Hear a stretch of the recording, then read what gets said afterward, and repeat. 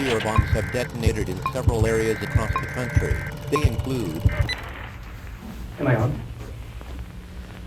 Hello, I'm President Harrison Banks. There's no easy way to say this, but our capsule vaults have been breached. The New World Rebellion has taken over all our visual archives. Now, we're all aware that the New World Rebellion wants to erase our history to create a new society with their own history. Throughout our years, our researchers, have gathered the most important visual specimens that have crucially impacted and shaped our society. However, today, the rebellion has taken over the capsule vaults, and the archives that live there today will soon perish. We have created a beautiful world full of rich cultures, communities, and life that simply cannot be left and forgotten. It is our duty to preserve this history. I'm sorry. We have failed. The rebellion has grown too strong and we cannot fight back much longer. Protect yourself, protect your family, and Godspeed. There's awakening. Vitals are looking great. Take it slow. We'll explain everything in a second. How are you feeling? Let's get you up. We'll explain in a minute why you're here. Just need you to calm down, but just know that you're in a safe and controlled environment. We have questions ourselves, you see. We want to know if you remember anything before us, before this room. This will help us explain why you're here. Our team found you in the abandoned labs before the Progressive Rebellion took over, leaving only scraps. You were working in the vaults as one of our head historians, taking care of the visual specimens, while the rebellion invaded, destroying all the history pieces. You were part of the team preserving 100 visual specimens that have heavily shaped the history. You were specialized in only 2 for your role as Vault Member 98. Do you remember any of those artifacts? No worries. Our team was able to recover some of the information from the destruction. Your 2 species that you'll be focusing on are Salome by Oscar D. Wiley and Alphabet by Erte.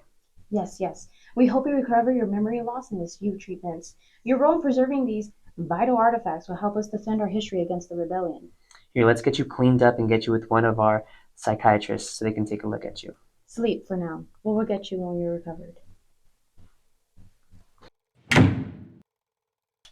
Apologies for the abrupt impromptu quarters. As we mentioned before, the rebellion has burned down our historical visual archives as they attempt to erase our history. But thankfully, we have scrapped up some of the information of these vital archives. And that's why you're here. In our society today, we consistently see art everywhere we go. And throughout history, we've seen impactful and pivotal movements really inspire our society. Alphabet by Erte and Salome by Oscar D. Wiley are each great examples of artworks that have different movements and have had an impact on our culture. Despite their distinct visual languages and historical contexts, Art Deco and Art Nouveau share a common thread of shaping the aesthetic landscape of the 19th and early 20th century. While reviewing the artifacts, our goal is to remind you about the historical significance of these 2 movements by analyzing and comparing their impact in order to preserve our history. Without further ado, let's start with Salome, shall we?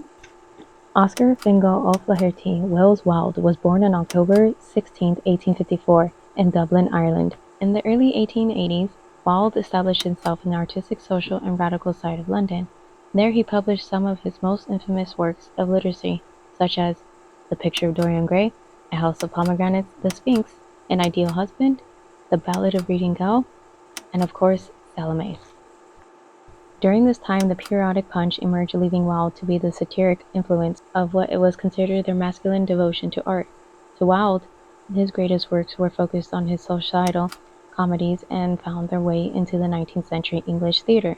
Before he made his way into France, he was on trial, accused by the Marquise of being a sodomite. Urged by Douglas and sued for criminal libel, Lord Alfred Douglas was close friends to Wilde. However, Douglas, father of Marquis of Queensberry, sued Wilde for being indicted for the unlawfully committed acts of gross indecency with certain male persons. His verdict was 2 years of hard labor. 1897, Wilde was released, a bankrupt, and immediately went to France, hoping to regenerate himself as a writer. After release, his most popular influential play was Salome. The play Salome, a tragedy in 1 act by Oscar Wilde in 1894, sets the story of John Baptiste rejecting Princess Salome to become her lover. A tragedy, it tells the story of Salome, the stepdaughter of the Chetric Harold Antipas, who, to his stepfather's dismay, but Mother's Delight requests the head of Jochanan, John the Baptist, on a silver platter as a reward for dancing the Dance of the Seven Veils. Salome made its way into those theaters that Wilde was so fond of. Though, during rehearsals of the play, starring Sarah Bernhardt, the play was refused the license by the Lord Chamberlain since it depicted biblical characters. Salome was published jointly in Paris and London in 1893, but was not performed until 1896 in Paris, during Wilde's later incarceration. To set this play before a theatre once condensed, Wilde was introduced to Audrey Beardsley. Audrey Beardsley, born in 1872 and passed in 1898, was a controversial English graphic artist despite his tragic short life. The illustrator became a leading figure in the aesthetic movement and is considered the most influential master of Art Nouveau graphics. He explored themes such as sexual identity and is best known for his commission as an illustrator for Oscar Wilde's play, Salome. Wilde praised Beardsley for his naughty illustrations, and Beardsley production 18 pieces in total, one of which 10 appeared in the first printing of the play. The scene in which Beardsley appraised his work was the Art Nouveau movement that took place in the 1880s. Traces of Beardsley's iconography and ink work to Oscar Salome's play depict the impact of social, artistic, and cultural influences, mostly both revolutionized to the power of Art Nouveau and Divine Comedies through social politeness. Overall, Salome holds both historical backgrounds of legacy towards the radical literacy Oscar enveloped, while from his entire workload, and Audrey's discovery and significance in the Art Nouveau scene that led him to the impactful line work and pen and ink. Audrey Beardsley once said, "People hate to see their vices depicted, but vices are terrible and it should be depicted," which also shows why Oscar has specifically commissioned him to create these imagery for the ever so controversial play that is Salome. Let's now head into Alphabet by Erte. Doctor, visuals please. Born Roman de Tertov in St. Petersburg, Russia on November 23, 1892, Roman emerged from a family of Russian social elites. He found early inspiration in the elegance of his surroundings, particularly from his mother and the redefined women who participated in his upbringing. As a young boy, Roman would create evening gowns for his mother, astonishing everybody with his results. He enthusiastically studied classical dancing, where he would recognize the plastic, flexible capabilities of our bodies. He was fascinated with the exotic Persian miniatures in his father's library that further fueled his imagination. This laid the groundwork for the vibrant, intricate styles that would define his artistic legacy. At the age of 19, Erte left his homeland and family behind, with aspirations of becoming an artist in Paris at the beginning of the Art Deco movement. During this time, in 1912, Roman found work in a fashion house, but was quickly turned down by the owner and was given the advice of abandoning his hopes of becoming an artist. As a response, Roman decided to send his designs to Paul Poiriet, who recognized Roman's potential and offered him a position, propelling the young Russian into the heart of the fashion world. In order to continue to work without the consent of his father, Roman became known as Erte, an abbreviation of the first letter of his first and last name in French. In 1915, Erte forged a lasting bond with Harper's Bazaar, debuting in January's issue, and marking the start of a prolific partnership.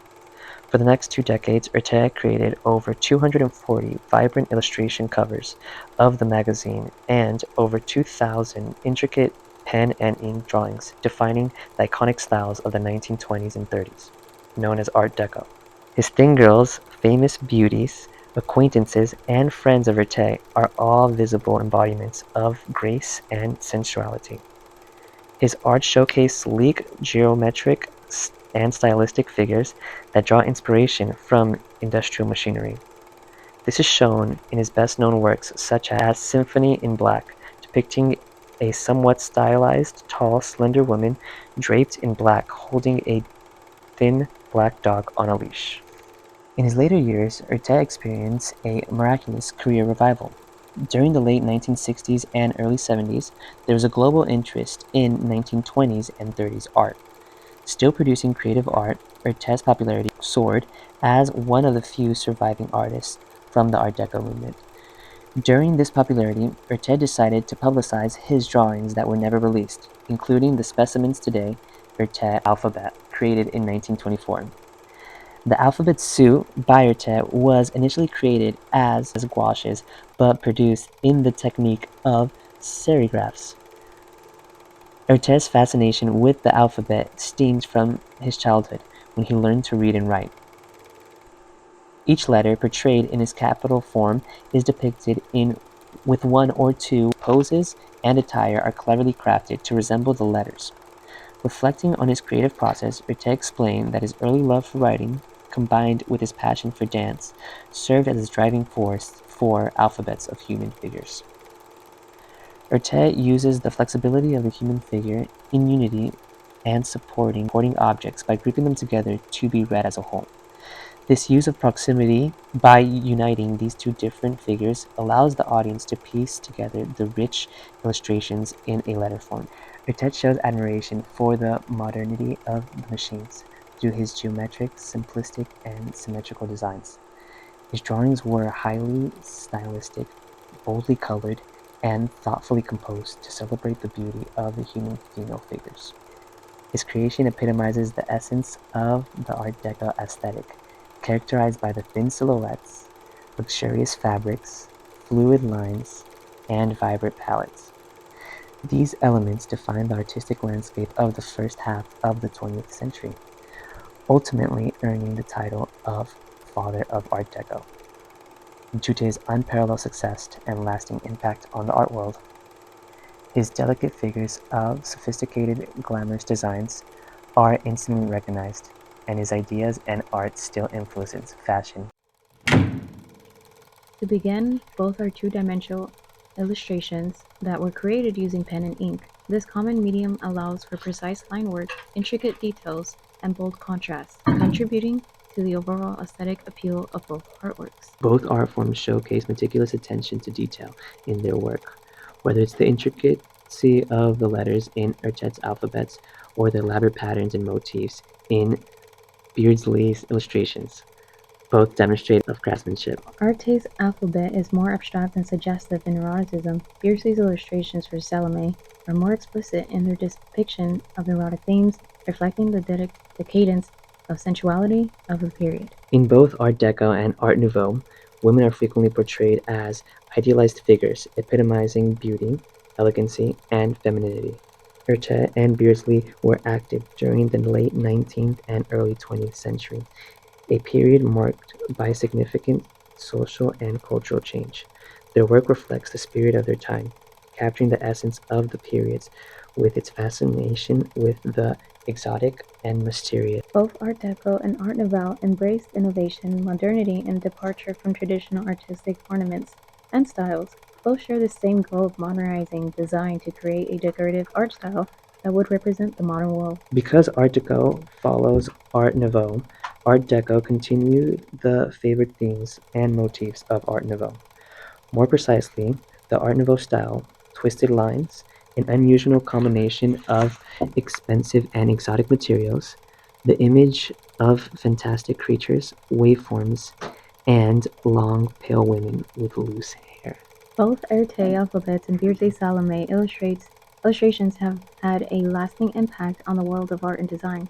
They continue to inspire artists, designers, and creators across various disciplines, influencing everything from the fashion to graphic design. While Erte and Beardsley's illustrations may differ in terms of subject matter, style, and execution, they nonetheless share common grounds in their artistic vision, thematic exploration, and enduring legacy with the Art Nouveau movement. Because of this, Erte's alphabet may be presented more as a decorative art piece or design element by focusing on abstract symbols by using proximity to create a decorative letter form, while Beardsley's Salome illustrations are often seen as depicting scenes from the biblical story of Salome through intricate line work evoking a sense of drama and darkness. His art form is streamlined aesthetic, symmetrical, balanced, and is an illusion of human figures and objects creating together a letter form.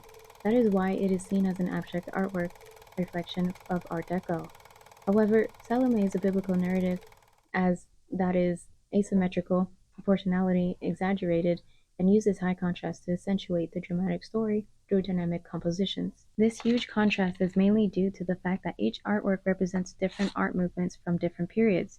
Art Nouveau from 1890 to 1910 followed the Art Deco in the 1920s, and each art movement is a reflection of its period. Art Deco celebrates the machine age and the modern urban lifestyle, emphasizing themes of progress, luxury, and sophistication. And these are the two artifacts. It's crucial that you understand and preserve these artifacts. In contemporary society, art surrounds us, and throughout history, we've seen pivotal movements that have shaped our society. Alphabet by Erte and Salome by Oscar D. Wiley exemplify these distinct movements that have influenced and shaped our culture. Despite their unique styles, Art Deco and Art Nouveau share a common goal to shaping the aesthetic landscape of the late 19th century and the 20th century. As the fight goes on, we need to stand together. It's important to remember our history and preserve the cultures that we've created. Protect yourself, protect our history, protect our heritage. Godspeed.